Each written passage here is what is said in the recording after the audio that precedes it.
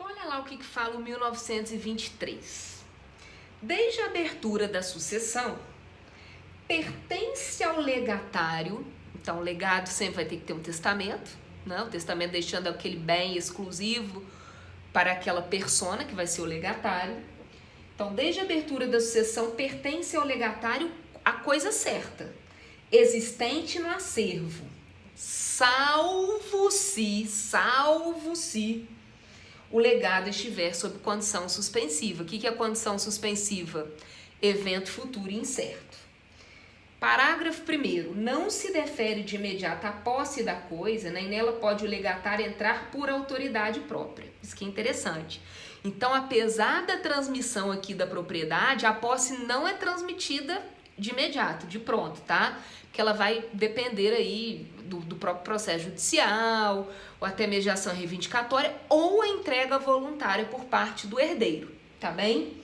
Aí vem o 1923. O parágrafo 2º, 1923. O legado de coisa certa existente na herança transfere também ao legatário os frutos que o produzir. Por exemplo, se aquele imóvel tiver alugado, não é?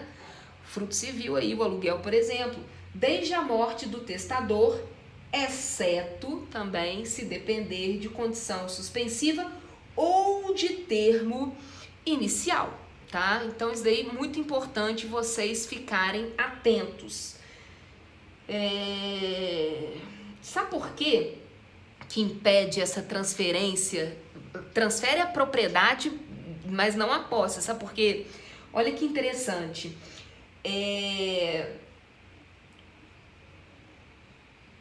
Porque se o falecido morrer insolvente, o bem legado vai ter que ser antes partilhado entre seus credores, entendeu? Por isso que é necessário o legatário aguardar a partilha para que a posse lhe seja transferida, ok? Ô Laura, e se o legatário venha a falecer? Para quem que se transfere, né, esse direito de pedir ali a posse?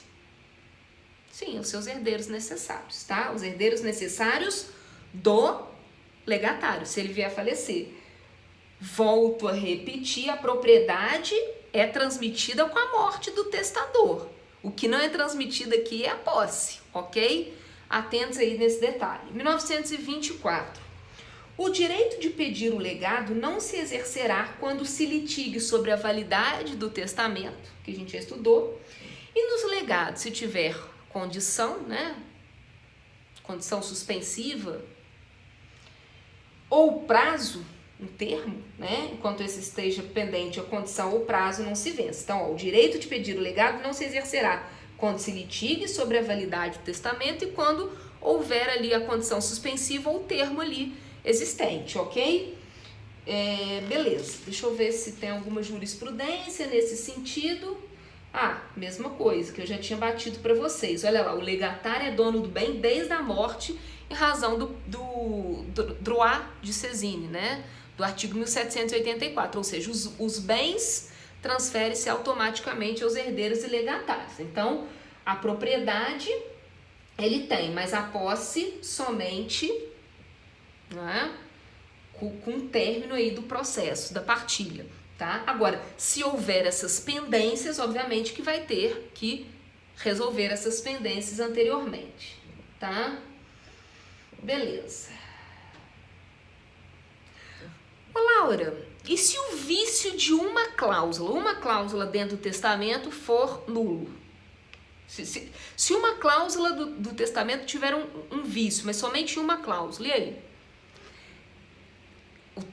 Esse legado, né, o legatário vai ficar impedido de receber o bem? Não, gente, olha só, né, até interessante, ó. Se a discussão versar sobre determinada cláusula apenas, como por exemplo, o reconhecimento de um filho, a regra não se aplica, pois o vício de uma cláusula não contamina todos. Isso aí a gente já sabia.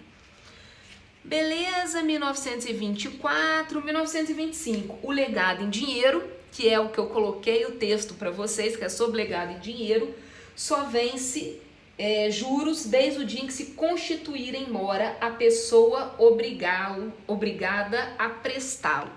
O que vocês entenderam disso? Desse artigo 1925? Repito, O legado em dinheiro só vence juros desde o dia em que se constituir em mora a pessoa obrigada a prestá-lo. E aí?